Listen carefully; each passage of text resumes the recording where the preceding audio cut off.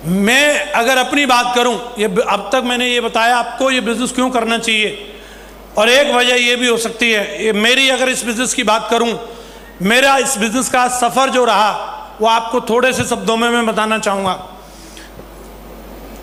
इस बिज़नेस में मैं जैसे आपको बताया 3 सितंबर 2004 को मैंने बिज़नेस को ज्वाइन किया था। जो मेरी पिछले 19 साल 20 साल की जो जर्नी रही है, इस जर्नी को अगर मैं आपको बताऊं, एकदम से सारी चीज़ें नहीं आती।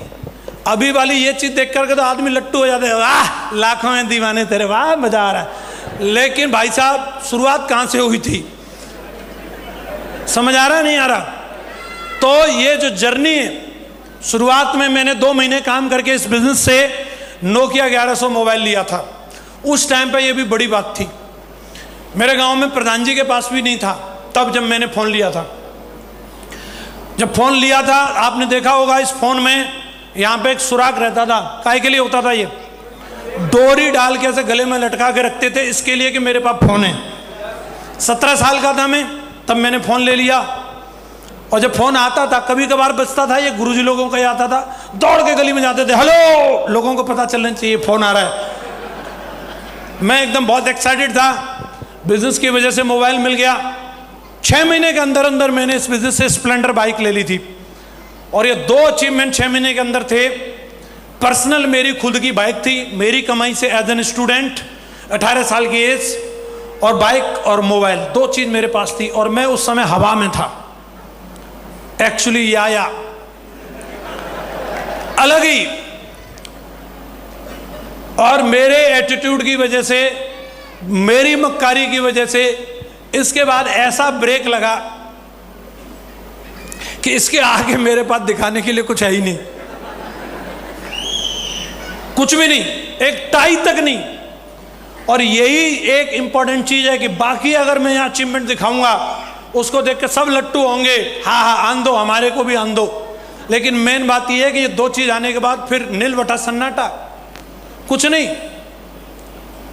2006 निकल गया, एक टाई तक नहीं। 2007 निकल गया, 2008 निकल गया। सू की जय हो जय हो, मीटिंग में जाता है, आ जाता है। शादी भी हो गई थी उस टाइम पे मेरी, पापा भी बन गया मैं। स्थिति ये थी, मेरे रिश्तेदार, मम्मी को चिंता रहती थी इसका क्या होगा, उनको बोलती थी इसका कुछ करवा दो। बोले सिक्योरिटी गार्ड में तो लगवा सकते हैं। और मैं आपको बता रहा हूं, जब व्यक्ति को समस्या आती है उसकी कोई कदर नहीं करता, कहीं भी पेल देंगे उसको।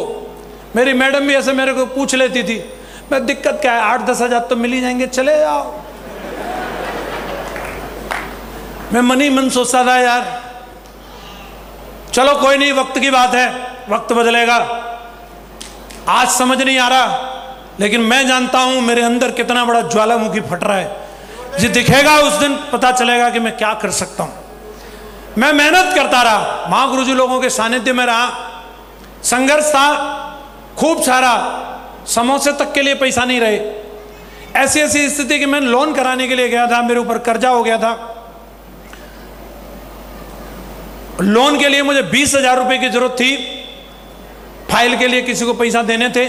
और मैंने अपने एक दोस्त से मांगे, कहने के लिए जान देने के लिए हाजिर था, लेकिन 20,000 रुपए देने के बाद मेरी बाइक रख ली थी उसने। और मैं पिताजी को पता चल गया था कि इसने बाइक रख ली है, किसी को दे दी है, तो बात खुल गई। उन्होंने फिर साथ दिया। उसके बाद फिर उन्होंने बोला एक ही चीज़, सेफ शॉप ही करो और कुछ करने की जरूरत नहीं है। और दिल से इसी में काम किया, मेहनत किया। मैं आपको एक बात बताना चाह रहा हूं, रात चाहे कितनी भी लंबी हो उसका अंत जरूर है। रात ही तो है, जीवन नहीं है वो, हमेशा रात नहीं रहने वाली, सुबह जरूर होती है। और मेरी सुबह हुई 2009 में, मेरा काम चलने लगा दोस्तों। इस दौरान बीच बीच में मैं मीटिंग ट्रेनिंग में हमेशा जाता रहा। ऐसा कभी नहीं हुआ कि मेरे पास पैसा नहीं थे तो मैं मीटिंग में नहीं जाऊं। 2007 में भी गया, कपड़े नहीं थे, ये फौजी साहब के कपड़े पहने मैंने, इनके यही लंबे आदमी थे और एक मैं था। आपको हंसी आ रही है, लेकिन कभी जिंदगी में मांग के कपड़े पहनने पड़े हों तब पता चलेगा। मैंने मांग के कपड़े पहने थे। तो ये, और उस समय मैं किसी अप्लायंस से कंप्लेंट नहीं कर रहा था, मैं छाती नहीं पीट रहा था कंपनी में जाकर के कि मेरा काम क्यों नहीं चल रहा है। मैं ये सवाल नहीं कर रहा था, सेफ शॉप पे शक नहीं था, सिस्टम पे सवाल नहीं कर रहा था। मैं अपने आप को एनालिसिस कर रहा था कि मेरे से गलती कहाँ हो रही है, मेरे से गलती कहाँ हो रही है और मुझे सुधार करनी है। लगातार फिर से दिशा में गया, फिर से चीज़ों को समझा, फिर से सुधार किया अपने अंदर और काम चला। 2009 से शुरुआत हुई, चेक आने लगे। पहला अचीवमेंट मैंने लिया लैपटॉप। कपड़े ठीक ठाक नहीं थे उस टाइम पे, जरूरी था मैं कपड़े ले लेता, लेकिन मैंने कपड़े नहीं लिए। मैं जान चुका था बिजनेस को बढ़ाने के लिए टूल्स की जरूरत है, लोगों को वीडियो दिखाने के लिए लैपटॉप चाहिए। लैपटॉप लिया कॉम्पैक्ट का, काम इतना धुआंधार किया, बिल्कुल वनवास लेकर के काम किया। काम चल पड़ा था, लोग आ चुके थे। मैंने कभी भी इफ नो बट नहीं किया, कहीं भी जाना पड़े, क्योंकि बमुश्किल से तो टीम मिली है और इस टीम को मैं जाने नहीं दूंगा। एक एक व्यक्ति को संतुष्ट करने के लिए, उसको सपोर्ट सहयोग करने के लिए मुझे चाहे 2000 किलोमीटर दूर जाना पड़े, मैं कभी ये नहीं पूछता था कितनी दूर आना है, बस मैं पहुंच जाता था। और उसका रिवार्ड ये मिला, 2010 में मेरे पास कार आ गई, मेरी पर्सनल कार, एसी कार। उस टाइम पे ये भी बड़ी बात थी। और ये गाड़ी ली, ये भाड़े के लिए नहीं थी, बारात ढोने के लिए नहीं थी, ये मेरे लिए थी, सेफ शॉप की वजह से। जब ये कार मेरे पास आई, मेरे लिए इतना बड़ा सुकून था। मेरे कपड़े, सामान सब इसी में रहता था और कभी परवाह नहीं करता था, रूम नहीं है, रुकने की जगह नहीं, कहीं भी ढाबे पे लगाया और आराम से सो गया। और सुबह उठा, वहीं नहाया, माँ गुरुजी तौलिया वोलिया सब दिलवा दिए थे और वहीं पराठे खाए और फिर शुरू। मैंने इस कार से क्या लखनऊ, इलाहाबाद, बनारस, गोरखपुर, आजमगढ़, जोधपुर, जैसलमेर, बीकानेर, चूरू सब नाप डाला। चलती रहती थी धुआंधार। और इतनी मेहनत करी, इतना काम किया कि जो मेरा ड्रीम लेवल था, ये जोधपुर की टीम है मेरे साथ, जिन्होंने कंधे से कंधा मिलाया, ड्रीम टीम बनाई, संस्कार डाले उन लोगों के अंदर और ड्रीम टीम बनी। तो ड्रीम वाला काम भी हुआ। रूबी बना मैं जुलाई 2010 में और उसी साल दिसंबर जाते जाते मैं डायमंड भी बना। आप बताओ, किसी को लगता है आने वाले टाइम में ये बंदा डायमंड बनेगा, यूसीए बनेगा? वही है जिसको चपरासी के लिए बोलते थे। शायद हो सकता चपरासी वाले भी सिक्योरिटी वाले भगा देते मुझे, ये तो मेरे जियाजी बोल रहे थे, बाकी पता नहीं मिलती कि नहीं। फर्क नहीं पड़ता आप आज कैसे दिखते हैं, लेकिन जीवन बदलता है और जिंदगी बदली। 3 अप्रैल 2011 को मैं इस बिजनेस में डायमंड बना। ये है असली फोटो डायमंड वाली। ड्रीम लेवल हासिल किया, डायमंड बन गया। तो इसका मतलब ये नहीं घर में बैठ जाऊंगा। डायमंड बनने के बाद तो मैंने इतना काम किया, इतनी मेहनत करी, क्या दिन क्या रात, 2-2 बजे 3-3 बजे तक मैं लोगों से मिलता रहता था और एक ही अपना मिशन रहता था। ये वीडियो, ये उसमें से स्क्रीनशॉट लिए मैंने, ये वीडियो रहता था, ये चलवाते थे मीटिंग में, फिर मैं पहुंच जाता था। और नहीं मिला, चाहिए क्या? बोला हाँ चाहिए। तो बैठ के सुनो फिर मेरी बात। और लोगों को इतना समझा के काम किया। 28 फरवरी 2013 को धमाका हो गया, BMW कार लेकर के आया मैं। 50 लाख रुपए की जब ये गाड़ी आई तो लोगों को लगा कि हाँ वाकई में कंपनी में दम तो है। हेलो, मेरी टीम को विजन मिला। ये गाड़ी नहीं थी, इस गाड़ी ने मेरी रेटिंग बढ़ा दी। इस गाड़ी को लेने के बाद लोगों को पता चल गया कि हाँ वाकई में नेटवर्क मार्केटिंग से क्या कुछ नहीं किया जा सकता, 50 लाख की कोई गाड़ी भी ले सकता है करके। और मैं रुका नहीं दोस्तों, ट्रांसफॉर्म होती चली गई मेरी जिंदगी इस बिजनेस की वजह से। और जो लोग मेरे साथ आए, जिन्होंने भरोसा किया, उनका भी जीवन बदलता चला गया। लगातार लाइन लगा करके एक एक लीडर जो मेरे साथ कोई स्कूटर पे आया था, कोई साइकिल पे आया था, आज केवल मेरी जिंदगी नहीं बदली। आप देखिए शैलेंद्र चौधरी साहब हैं, आज BMW X5 में चलते हैं और ये घर है इनका मथुरा में। आप ये देखिए विकास यादव जी, ये भी एक दिन आए, फौज में नौकरी कर रहे थे, जोधपुर में मिले, आज अपने नाम में एक ब्रांड बने हुए हैं और एक ड्रीम लाइफ जी रहे हैं इस बिजनेस की वजह से। ओमवीर जी, ये बिजनेस में आए, नॉर्मल जिंदगी जी रहे थे फौज की नौकरी से, और आज ये गाड़ी है, दमदार घर है और दमदार जिंदगी है। लाल बहादुर शर्मा जी, जब इनकी डीडी लगाई थी मैंने, तब लोग मेरे को कोस रहे थे, वो तेरे से बड़ा पापी कोई होगा नहीं, गरीब ब्राह्मण को लूटा तूने। इनके पास खाने तक के पैसा नहीं थे, मैंने इनसे डीडी निकाली, रैम नहीं किया, इसीलिए आज फॉर्च्यूनर कार में चलते हैं, दमदार कोठी, दमदार जिंदगी जी रहे। कृष्णपाल चौधरी जी राशन डीलर हुआ करते थे और आज एक ग्रेटर नोएडा के अंदर सिग्मा 3 में दमदार कोठी है, जगवार गाड़ी में चलते हैं और एक ड्रीम लाइफ जी रहे हैं आज इस बिजनेस। और यहीं बैठे रणवीर सर,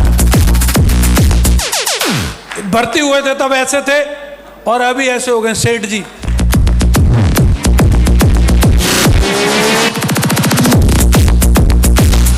आज करोड़ों रुपए के घर में रहते हैं, घर पर जाइएगा आप, बिल्कुल एकदम आपको 5 स्टार फैसिलिटी वाला मामला है।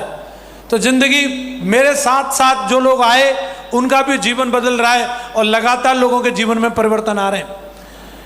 मैं अगर अपनी सक्सेस जर्नी को देखूं, आप हिसाब लगाना, इन 20 सालों में सेप सॉप करने के बाद अगर आपको ये सब मिले तो आपको काम करना चाहिए कि नहीं करना चाहिए।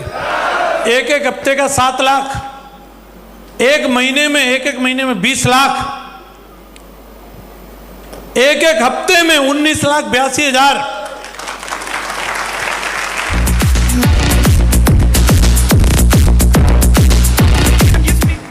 44,53,382 लाइन लगा के चेक सेप सॉप की वजह से। सब वसूल हुआ या नहीं हुआ?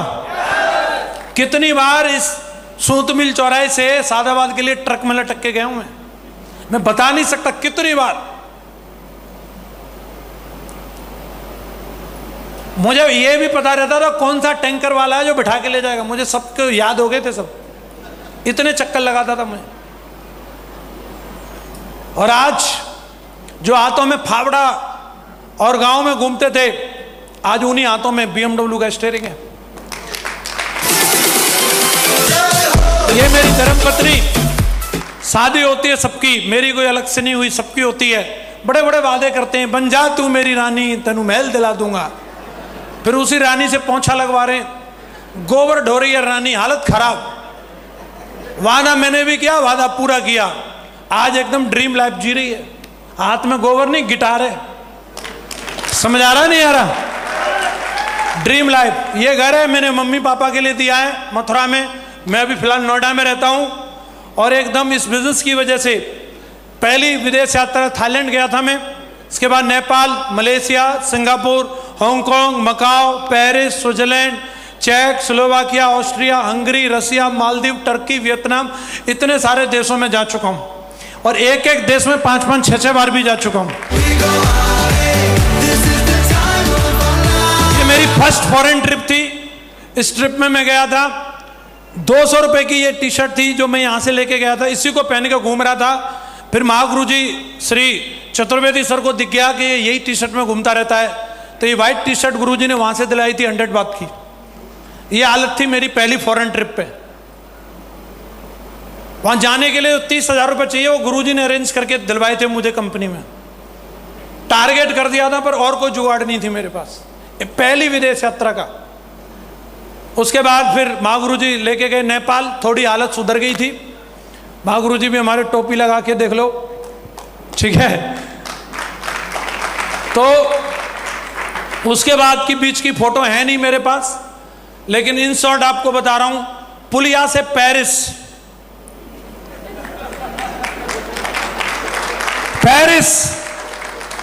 पेरिस में एफिल टावर के सामने रेड फरारी। अंग्रेज पूछ रहा आपको चलानी आती है फरारी? इसका दूसरे साइड में स्टीयरिंग रहती है यूरोपियन गाड़ी की। मैंने कहा जो आदमी गांव का ट्रैक्टर चला सकता है वो कोई भी गाड़ी चला सकता है, तू दे हम चलाएंगे। धुआंधार उड़ा दी, मीटर तान के पौ पौ। मैं बता रहा हूं लोग मर जाते हैं, जीवित फरारी देखी नहीं होगी। सफारी नहीं बोला, फरारी। समझ आ रहा है? स्विट्जरलैंड, और मेहरिया भी संग रहती है, मस्त जिंदगी जी रही है। देखो बुलेट ट्रेन में घूम रही है, रसिया में खड़ी है। एक ही काम रह गया इसका, बड़े बड़े सेलिब्रिटीज को फॉलो करती है और ढूंढती रहती है कि कौन सी स्टाइल में फोटो खिंचानी है,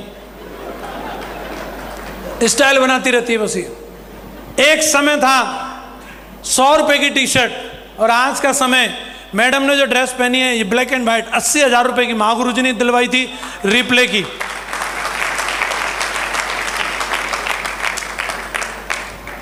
हेलो, जिंदगी तो बदलती है। यहां तक आगे प्राइवेट जेट गया ये हम लोगों के लिए। मालदीव हम लोग गए, माले से हमारे होटल के लिए 4 लोगों के लिए हवाई जहाज गया। यहां तक जिंदगी आ गई। अभी पहले टाइम नहीं था, अब टाइम ही टाइम है।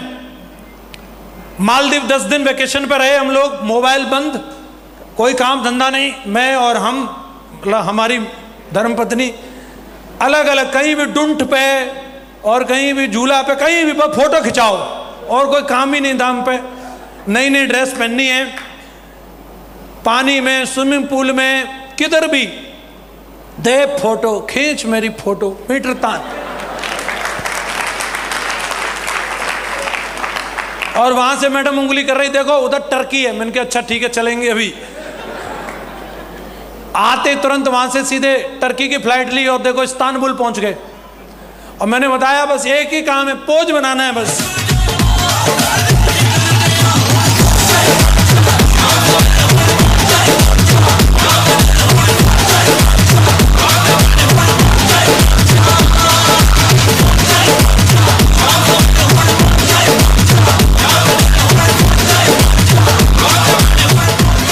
वहां भी कंपनी ने घूमने के लिए मर्सिडीज दी थी, क्योंकि कंपनी को मालूम है टाइगर हमारे यहाँ पे BMW मर्सिडीज से नीचे नहीं चलते। इसी में चलते थे हम लोग। कापाडोशिया में गए हम लोग, अभी देख रहे हो ना, जारा, अरमानी, साला मीटर तना हुआ है। 23,000 की टी शर्ट है जो मैंने पहन रखी है। सही है जुगाड़? हेलो, आवाज आ रही है? आनी चाहिए। वहां पे हम सबसे महंगे होटल में रुके थे, कापाडोशिया के सबसे महंगे होटल में। हमारी बालकोनी से ये सुबह 5 बजे का दृश्य था।